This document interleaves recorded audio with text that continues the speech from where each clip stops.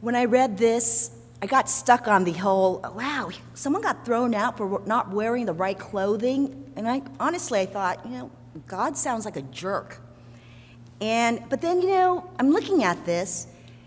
He invited people in the beginning who are friends, and I'm thinking friends and family and friends, right? He invited. Those turned their backs on him, and he was rightly enraged. And so he sent his slaves out for everyone else, and mind you, it was the good and bad. But he wasn't concerned about the bad people. It was that one man who wasn't wearing the wedding clothes, and I'm like thinking, what does that mean, the wedding robes? Then I thought about the weddings that I've attended, and I'm sure many of you have too. And we have rules in our weddings. Do not wear white. There is a dignity in the process. It is a party, but it's also a sacred ritual. So there's a level of respect and dignity that's expected when you arrive.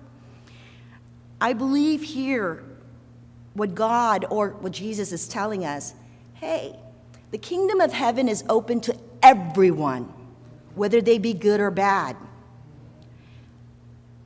However, it does not guarantee, that invitation does not mean you can, it's a perpetual stay. You need to show or have faith in what he gives and provides, the grace that he gives us. That's the clothing. So when we come in here and we call ourselves Christians, right?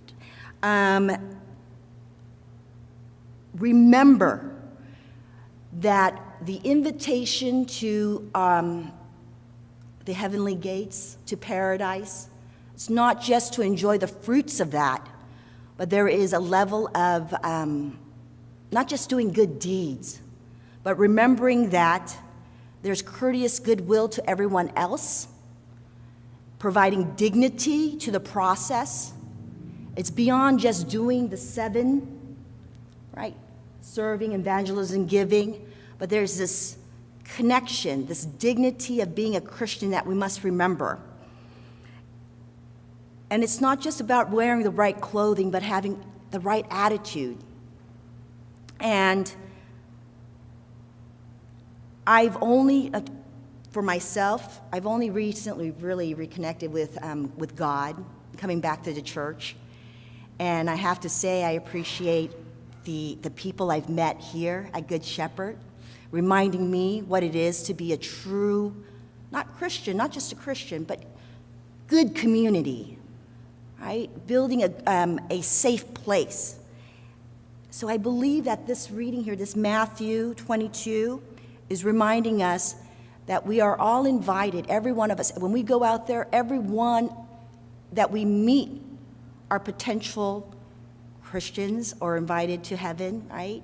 And there is no us and them, but to have a good, reminding us to have good fellowship, and that salvation by grace through faith. And the other readings, the other passages reminds us in Psalm 23, you can depend on God, he's there. And then, the Philippians reading, don't worry, prayer, don't fight. And and remember that the invitation to everlasting joy, it's an open door, but it is also that last line, everyone is welcome, but few are chosen. There's a part of you that needs to go beyond just attending church, that courteous goodwill to each other, and also to really remember God is there, always there, and you could always reach out. And in every one of us, God is present as well. Yeah? Then how do I end this? Amen. Yeah.